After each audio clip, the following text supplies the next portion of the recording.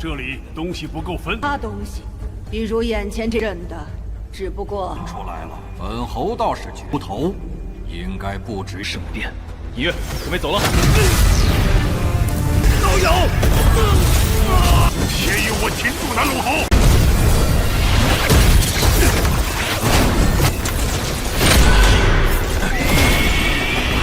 来，城堡都不要，去替夺舍吧。也只能如。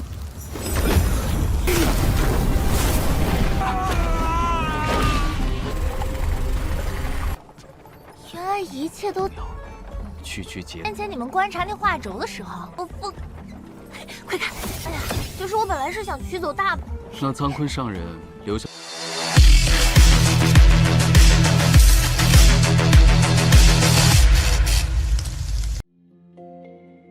Halo semuanya, selamat datang di Ruang Cinema. Bagaimana kabar kalian semua? Semoga selalu sehat dan baik-baik saja. Sesuai jadwal, jadi pada hari ini kita akan kembali melanjutkan series Donghua A Record of Mortal Unity Mortality season keempat episode terbaru.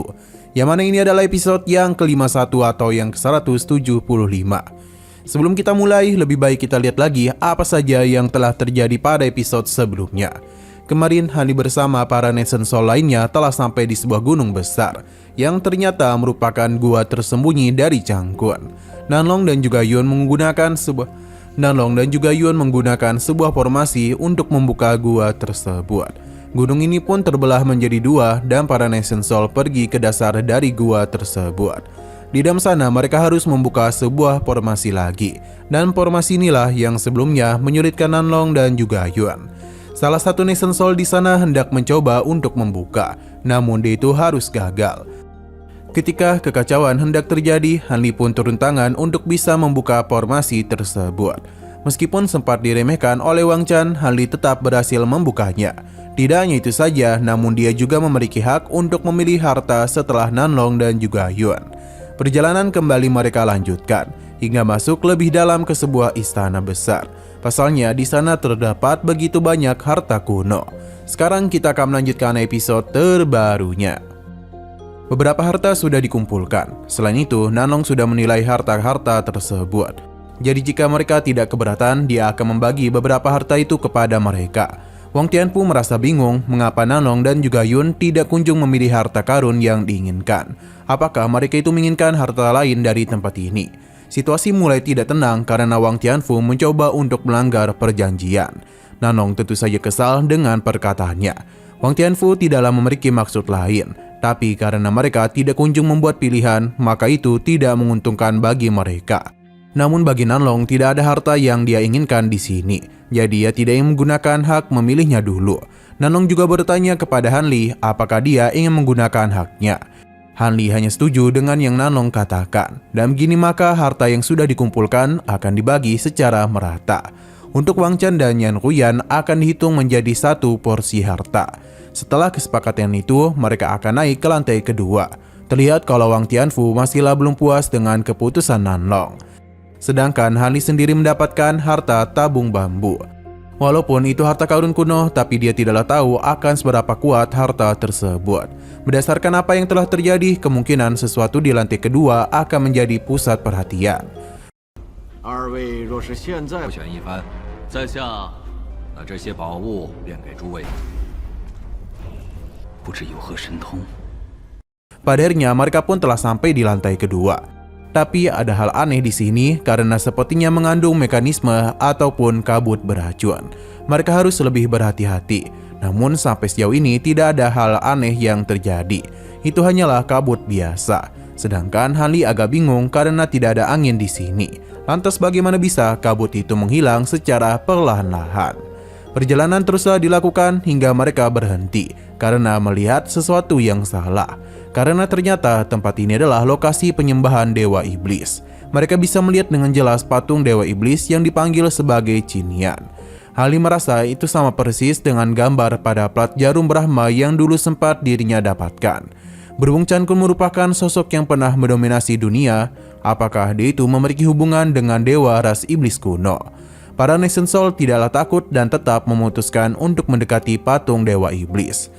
Di sana terdapat sebuah tulisan yang mungkin adalah aksara ras iblis. Tiba-tiba saja tempat ini pun mulai bercahaya. Dan diikuti juga dengan munculnya sebuah ruang rahasia yang berada tak jauh dari hadapan patung Dewa Iblis. Di sana terdapat 3 kotak harta yang seketika saja membuat Nanlong dan juga Yun senang.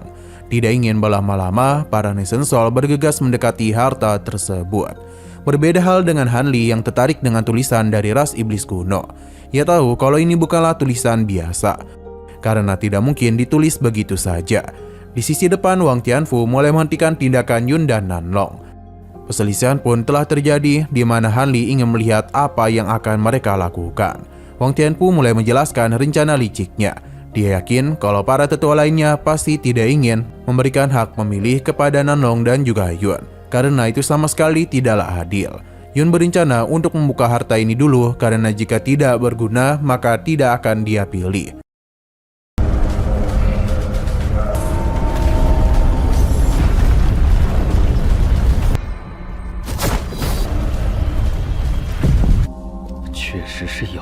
Tapi Wang Tianfu mengingatkan janji mereka, di mana Yun dan Nanlong dipersilakan untuk memilih 2 harta terlebih dahulu, sedangkan sisanya dapat dibagi secara rata. Tapi di sini hanya ada 3 harta saja. Lantas apakah itu cukup untuk dibagi rata? Situasi pun mulai memanas. Han Li sudah menduga kalau Wang Tianfu pasti akan melakukan hal ini. Yun mencoba untuk melakukan sesuatu namun segera ditahan oleh Nanlong. Dia mempersilahkan Wang Tianfu untuk berbicara dengan jelas. Atau apakah dia itu ingin mengingkari janji di antara mereka? Wang Tianfu tidak berniat melakukan hal tersebut. Hanya saja harta ini terlalu sedikit untuk dibagi secara rata. Terlebih lagi, tidak ada yang tahu kalau di dalam kotak tersebut bisa saja menyimpan teknik-teknik hebat yang dimiliki oleh Chang Kun, ataupun pil-pil yang bisa membantu mereka memperpanjang umur. Dan bisa saja di dalam sana terdapat sebuah rahasia untuk keluar dari lembah iblis jatuh tanpa terluka sedikit pun. Jadi apapun yang ada di sana pasti memiliki sebuah rahasia besar. Wang Tianfu meminta mereka untuk memutuskan apakah akan memilih harta itu atau menolaknya. Karena jika mereka buka terlebih dahulu, itu terlalu berlebihan. Yun pun kesal karena bagaimanapun perjanjian sudah dibuat. Jadi tidak ada hubungannya dengan mereka jika harta di sini kurang. Para tetua akan menghormati perjanjian, tapi mereka melarang Nanlong dan juga Yun untuk membuka harta tersebut terlebih dahulu. Karena jika harta itu kurang bagus, maka mereka pasti akan kembali membaginya dengan rata. Nanlong menghentikan keributan itu yang membuat para tetua menjadi agak panik. Nanlong setuju dengan apa yang sebelumnya Wang Tianfu katakan. Tapi jika ada yang berani mengingkari janji, maka dia mempersilakan mereka untuk maju dan menghadapi dirinya. Apakah Nenek Tai juga memiliki keinginan yang sama seperti mereka untuk mengkhianatinya? 到了这里，东西不够分。他东西，比如眼前这人的，只不过出来了，本侯道士出头，应该不只有。 Salah satu tetua mulai memberikan dukungan kepada Wang Tianfu karena perkataannya tidaklah salah. Selain itu, dia takut Nanlong akan pergi terlebih dahulu meninggalkan mereka. Kini para tetua mulai memberikan dukungan kepada Wang Tianfu. Nanlong akhirnya sadar kalau sepertinya mereka memang sudah merencanakan ini sejak awal. Sepertinya kesepakatan telah terjalin di sepanjang perjalanan. Wang Tianfu hanya menjelaskan kalau mereka harus lebih berhati-hati dalam melakukan perjalanan. Terlebih lagi kepada 2 orang Nation Soul di tahap menengah. Jadi sebelum berangkat mereka sudah menjalin kerjasama demi perlindungan diri dan tindakan pencegahan jika sesuatu tidak sesuai dengan rencana. Dan sekarang ini merupakan situasi yang sudah mereka tunggu-tunggu. Nanlong menanyakan pendapat dari Han Li apakah dia setuju dengan Wang Tianfu. Han Li sadar betul kalau pertarungan yang tidak seimbang akan terjadi karena 5 Nation Soul akan berhadapan dengan 2 Nation Soul. Namun Han Li tidaklah dapat memilih karena apapun yang Nanlong dan Wang Tianfu pilih dirinya tidaklah keberatan. Yun memintanya untuk tidak berdiam diri saja. Ia pun mengeluarkan harta tapi bukan untuk menyerang Wang Tianfu melainkan menyerang Nanlong. Yang mana hal itu tentu saja mengejutkan Han Li. Pasalnya Yun telah melakukan pengkhianatan kepada Nanlong. Untung saja Nanlong itu mengenakan sebuah harta kuat yang bisa melindungi tubuhnya. Kini situasi benar-benar tidaklah menguntungkan bagi Nanlong. Pasalnya dia harus berhadapan dengan para Nation Soul seorang diri.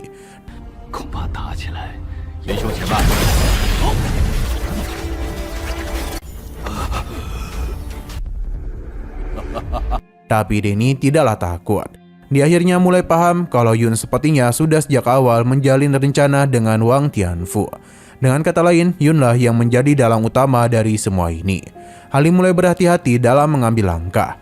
Yun menyarankan mereka untuk tidak membiarkan Nanlong keluar hidup-hidup, tapi mereka juga harus berhati-hati kepadanya karena dia bukanlah lawan yang mudah dikalahkan. Terlebih lagi, Nanlong merupakan satu-satunya keturunan dari Jangkun. Mendengar hal itu tentu saja membuat Hanli terkejut. Rencana untuk menghabisi Nanlong akan dilakukan karena dan begitulah harta miliknya akan dibagi secara rata. Wang Tianfu mengajak Hanli untuk bergabung bersama mereka. Karena dan begitulah dia juga akan mendapatkan bagian harta. Nini Tai terlihat sudah mengeluarkan hartanya untuk bisa mengepung Nanlong dan juga Hanli. Sedangkan Hanli tahu betul kalau bekerjasama dengan orang-orang licik itu bukanlah pilihan yang bagus. Nanlong merasa sangat marah karena bagaimanapun dia dengan Yun telah menjadi teman selama 100 tahun. Tapi dia itu malah menjadi dalang utama untuk mengkhianati dirinya. Nanlong mengajak Hanli untuk bekerjasama karena dan begitulah mereka memiliki peluang untuk hidup. Ia menyarankannya untuk tidak percaya kepada orang-orang licik ini. Nanlong teruslah berbicara yang mana Yun tahu betul kalau saat ini dia tengah menahan lukanya, jadi mereka tidaklah perlu takut kepadanya. Wang Tianfu meminta tetua ini untuk menahan Hanli, sedangkan mereka akan menahan Nanlong. Hanli tahu betul di antara Nation Soul di sini tetua inilah yang terlemah, jadi dia akan hadapi. Namun tiba-tiba saja Nanlong memberikan salah satu kotak kepada Hanli. Karena bagaimanapun terdapat sebuah rahasia dari lembah iblis jatuh. Andai saja Hanli bisa keluar, maka itu merupakan keberuntungan yang besar untuknya. Hanli terpukau kepada Nanlong karena di tengah kondisi seperti ini, ia tetap mempedulikan dirinya.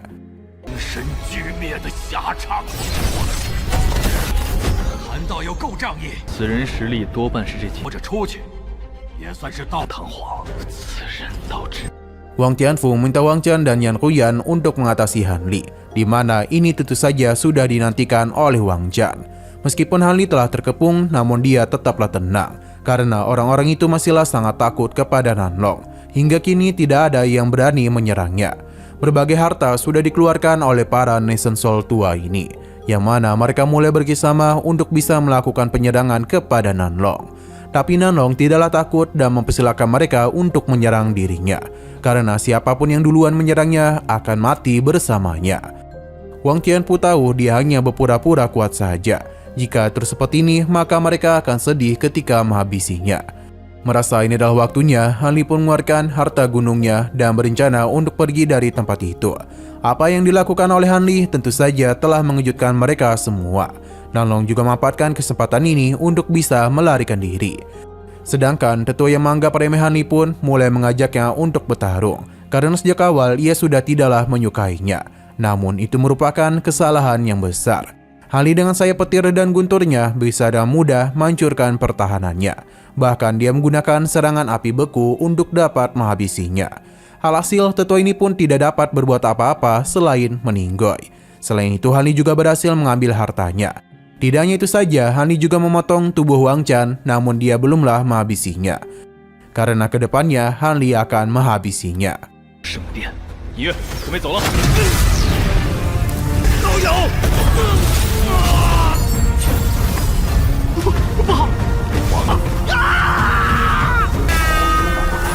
Di saat tetua ini dibekukan oleh Hanli, membuat Nanlong sangat terkejut. Ia mencoba memanfaatkan hal itu untuk bisa lari. Tapi para tetua tidak akan pernah membiarkan hal ini terjadi. Nanlong mengajak Hanli untuk bekerjasama karena dan kekuatan yang dia miliki, maka mereka pasti dapat mengalahkan para tetua itu. Namun tetua Yun memintanya untuk berhenti bermimpi, karena dia tidak akan lolos dari kematian. Wang Tiangu muncul dan langsung saja melancarkan serangan kepada Nanlong. Hanya saja semua itu masihlah dapat Nanlong atasi. Alhasil serangan gabungan mulai dilakukan oleh para tetua itu. Nanlong penasaran sudah sejak kapan mereka menjadi anjing dari sekte roh hantu. Nanlong dengan harta dan juga kekuatan miliknya masihlah mampu meladeni mereka. Sedangkan suara teriakan dari Wang Chen terdengar dengan sangat jelas. Ia terus meminta pertolongan kepada pamannya. Sedangkan Nanlong bergegas melakukan pelarian. Yun bersama dan para tetua lainnya akan menangkap Nanlong terlebih dahulu. Sedangkan Hanli bersama Yin Yu harus bergegas keluar dari tempat ini. Ia harap Nanlong bisa bertahan lebih lama karena dia harus menghancurkan gerbang untuk keluar dari gua. Kembali ke sisi Nanlong di mana dia tengah berhadapan dengan 4 Nation Soul sekaligus. Meskipun sebelumnya dia telah terluka sangat parah, tapi Nanlong masih bisa memberikan perlawanan. Terlebih lagi, harta-harta yang dia miliki sangatlah kuat dan mampu menahan mereka dalam waktu yang cukup lama.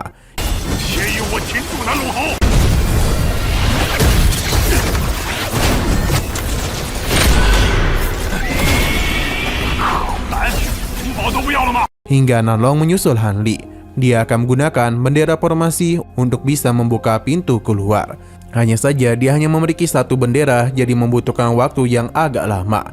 Nanlong dan Han Li pun membuat sebuah rencana, di mana Han Li akan menutup formasi di sana, sedangkan Nanlong akan membuka pintu dari gerbang ini. Hanya saja Han Li tidak begitu yakin bisa mempertahankan formasi dalam waktu yang lama, jadi dia hitung Nanlong secepat mungkin membuka gerbangnya. Pada akhirnya, harta milik Nanlong pun telah berhasil dihancurkan, yang membuat para tetua bergegas menyusul mereka. Kini mereka akan mengganggu Han Li dalam menghancurkan formasi miliknya. Untuk Nanlong sendiri menggunakan hartanya agar bisa memperkuat bendera formasinya. Hal yang sama juga dilakukan oleh para tetua, di mana seluruh serangan gabungan dilakukan untuk bisa menghancurkan formasi yang dibentuk oleh Han Li. Entah siapa yang lebih dahulu berhasil, kelompok Han Li atau kelompok Tetua Yun, karena hanya tinggal waktu saja yang menentukannya. Nanlong telah menggunakan seluruh kemampuan miliknya demi bisa membuka gerbang. Di saat celah sudah hampir terbuka, Han Li pun menggunakan sayap guntur dan petirnya untuk bisa pergi meninggalkan gua ini. Disusul juga oleh Nanlong, karena bagaimanapun waktu mereka tak begitu banyak. Nanlong dan perasaan yang begitu marah berjanji kepada para tetua yang telah mengkhianati dirinya, kalau dia itu akan membalas mereka ribuan kali lipat dari apa yang telah terjadi. Han Li dan Nanlong pun telah terpisah.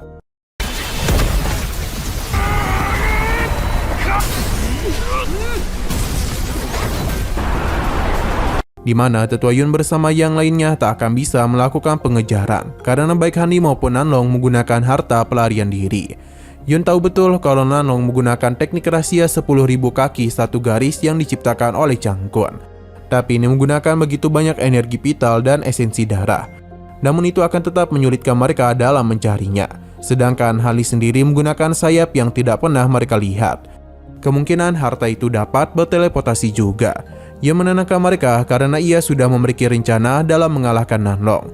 Karena diam-diam dia telah memanipulasi tubuhnya. Di saat darahnya sudah terkuras banyak akibat teknik itu, maka Nanlong akan berhenti. Dan itulah saat yang tepat untuk mengejar dan mengalahkannya. Sino berpindah ke sisi Wang Chan, di mana dia yang awalnya begitu keras kepada Han Li justru tengah terkapar. Wang Tiangu dan juga Yan Ruyan bingung karena dia sudah melakukan berbagai pengobatan, tapi tidak kunjung bisa memulihkannya. Sepertinya teknik yang digunakan oleh Han Li merupakan teknik yang sangat mengerikan, bahkan dibutuhkan bahan khusus untuk bisa menghentikan serangannya. Wang Tiangu melakukan pemeriksaan dan menyadari kalau ini adalah teknik iblis tingkat atas, yang bahkan belum pernah dia lihat sebelumnya. Ia penasaran apakah Han Li memiliki hubungan dengan kultivator iblis atau sekte iblis lainnya. Wang Tiangu pun menyimpan kekuatan tersebut. Sedangkan para tetua lainnya tengah berusaha untuk membebaskan Tetua Yu. Mereka tidaklah dapat membebaskan tubuh fisiknya. Jadi satu-satunya cara adalah Tetua Yu harus mengeluarkan jiwa baru lahirnya dan mencari tubuh yang cocok untuk digunakan. Pada awalnya dia itu agak ragu hingga dia pun mengeluarkan jiwa baru lahirnya. Namun ini merupakan kesalahan yang fatal sebab ia sudah cukup lama berada dalam teknik api tersebut. Jadi meskipun dia mengeluarkan jiwa baru lahir sekalipun, jiwanya itu tetap terbakar oleh api beku. Bahkan ini langsung musnah.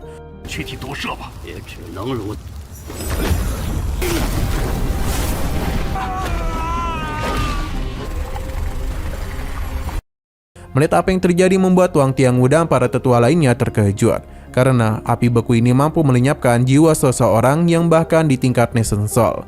Mereka sungguh tidak menduga Han Li yang merupakan Nation Soul termuda memiliki kemampuan yang begitu mengerikan. Bagaimana tidak, dia sangat hebat dalam teknik formasi dan juga memiliki seni iblis tingkat tinggi. Ditambah teknik api yang begitu mengerikan. Wang Tiangu penasaran dari manakah dia berasal. Ia menyalahkan Wang Chan karena akibat ulahnya mereka membiarkan sebuah ancaman besar bagi sekte roh hantu hidup. Xiao berpindah ke sebuah tempat di mana saat ini terlihat dengan jelas kalau Kelam Mulan tengah melakukan perjalanan.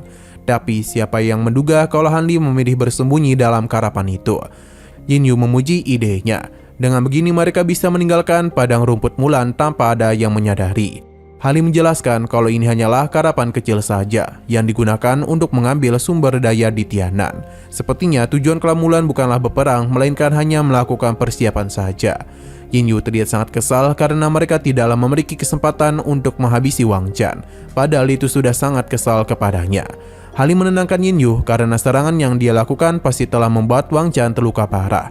Alasan dia tak menghabisinya karena hal itu akan membuat Wang Tiangu memiliki waktu untuk mengejarnya. Jadi dengan sekaratnya Wang Chan, ia pasti tengah sibuk untuk mengobatinya. Terlebih lagi bagi Han Li, Wang Chan bukanlah ancaman, jadi dia bisa kapanpun menghabisinya. Yin Yu sangatlah terkesan dengan kepintaran tuannya. Terlebih lagi sekarang mereka telah mendapatkan begitu banyak harta karun. 3 kotak sudah berhasil Yin Yu ambil, di mana dia diam-diam naik ke lantai kedua saat mereka mengamati gulungan tersebut. Sebenarnya ada 6 harta karun, namun Yin Yu mengambil 3. Jadi karena itulah hanya ada 3 harta di sana. Pada awalnya dia itu hanya ingin meninggalkan 1 harta, tapi dia takut itu akan menimbulkan kecurigaan bagi mereka. 原来一切都区节先前你们观察那画轴的时候，我快看！哎呀，就是我本来是想取走大让苍坤上人留下。 6 harta ini adalah harta penting yang ditinggalkan oleh Chang Kun. Sekarang Hali memiliki 4 karena sebelumnya Nanlong memberikan 1 kepadanya. Bagi mereka ini adalah perjalanan yang sangat berarti. Yin Yu merasa Han Li sangatlah berani membiarkan dirinya masuk lebih dahulu di hadapan para Nation Soul. Han Li tahu itu sangat berisiko, tapi dia sudah cukup percaya diri dalam mengambil keputusan. Jikapun gagal, ia hanya perlu melarikan diri saja. Selain itu, ia juga memuji Yin Yu karena memiliki teknik pelarian yang sulit dirasakan oleh siapapun. Yin Yu pun merasa malu karena terus dipuji olehnya. Selain itu, dalam kotak ini terdapat aura yang sulit untuk disembunyikan. Jadi pada awalnya, Yin Yu itu agak ragu. Namun pada akhirnya dia telah berhasil melakukannya. Hali mulai membuka salah satu kotak di mana di dalamnya terdapat sebuah gulungan.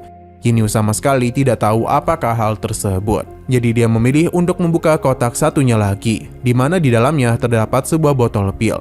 Di saat dibuka, ada aura yang begitu kuat, bahkan Hali menahan Yin Yu karena jika sampai botol ini terbuka, takutnya hal buruk akan terjadi.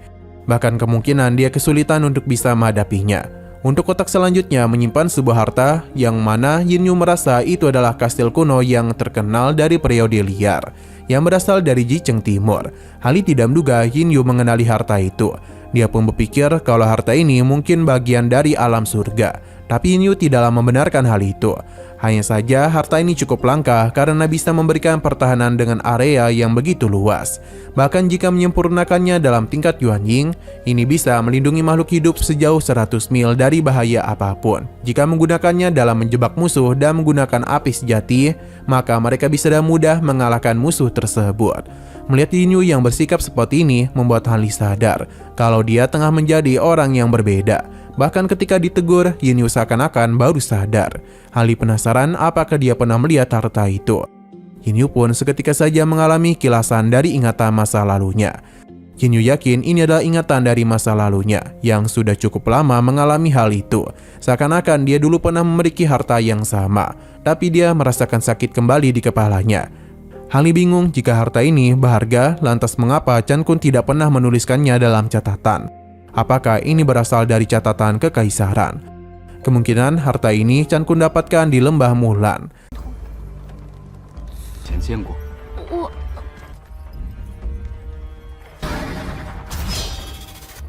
楚人如此一说，和玉简中不见苍坤上人。 Sayang sekali mereka tidaklah memiliki informasi apapun. Selain itu, gulungan penyembuhan tidak ada di kotak yang baru saja dirinya buka. Kemungkinan harta itu ada pada Nanlong. Selain itu, 2 kotak lainnya sudah Han Li cek dan tidak cocok dengan gaya kultivasinya. Tapi mungkin dia bisa mempelajari beberapa hal. Yin Yu paham dan memintanya untuk membuka kotak terakhir, di mana itu ternyata hanyalah sebuah cincin. Yin Yu pun tidak jadi senang, tapi dia berharap ada sesuatu di dalamnya. Yin Yu seketika saja senang dan di saat Han Li berharap banyak, ia memberitahu kalau itu hanyalah sebuah cincin biasa. Namun Han Li memiliki keyakinan kalau harta itu sepertinya memiliki asal-usul yang tak biasa. Karena tidaklah mungkin Chan Kun menyembunyikannya. Han Li akan menggunakan harta ini dulu supaya bisa mencari tahu kegunaannya. Terlebih lagi, ini merupakan milik seseorang yang kuat pada zaman dahulu. Untuk sementara, Han Li akan bersembunyi dulu karena bagaimanapun jika berita ini menyebar, pasti akan ke telinga-telinga para kultivator tua. dan menyebarnya rumor itu, maka mereka pasti akan kemari. Namun kondisi Tianan akan semakin sulit, terutama klan Mulan yang tengah bersiap untuk berperang. Hali pun berencana untuk meninggalkan tempat ini dalam beberapa hari ke depan. Untuk saat ini mereka akan bersiap dulu dan memikirkan rute paling aman untuk kembali ke sekte Luo Yun. Yin Yu paham dan memilih untuk beristirahat dulu. Kita diberitahu setelah masalah yang terjadi pada gua, Han Li pun telah berhasil lolos dari kekacauan tersebut. Tapi dengan kekacauan besar dari pasukan Lan yang mendesak masuk, membuat Tianan sekali lagi menghadapi masalah besar. Pertarungan untuk hidup dan mati pun tengah berada di depan mata. Dan ini adalah akhir dari season keempatnya. Tidak lupa seperti biasa, Han Li meminta kita untuk menunggu, karena dia akan segera kembali. 你对追魔谷也有兴趣吗？ 不过眼下，就算得到追魔再说，木兰人已经斩第一兄弟，也可能暂且闭目调息。 Oke, sekian dulu pada video kali ini. Untuk video selanjutnya akan segera hadir. Jadi bagi kalian yang mengikuti series ini, langsung saja klik subscribe dan aktifkan loncengnya. Terima kasih yang sudah menonton video sampai habis. Jika kalian suka pada video ini, klik like dan share ke teman-teman kalian tentang channel ini. Dan ditunggu aja kelanjutannya. Oke, sampai jumpa di video selanjutnya.